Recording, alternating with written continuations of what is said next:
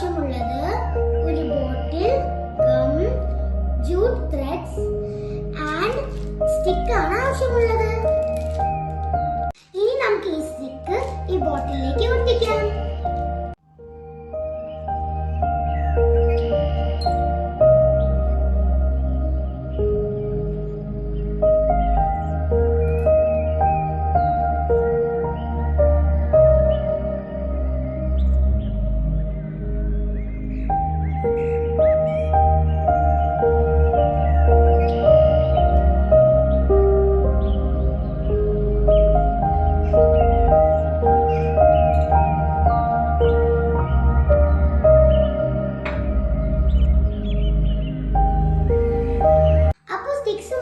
ബോട്ടിലിന്റെ ചുറ്റിൽ ഒട്ടിച്ചിട്ടുണ്ട്.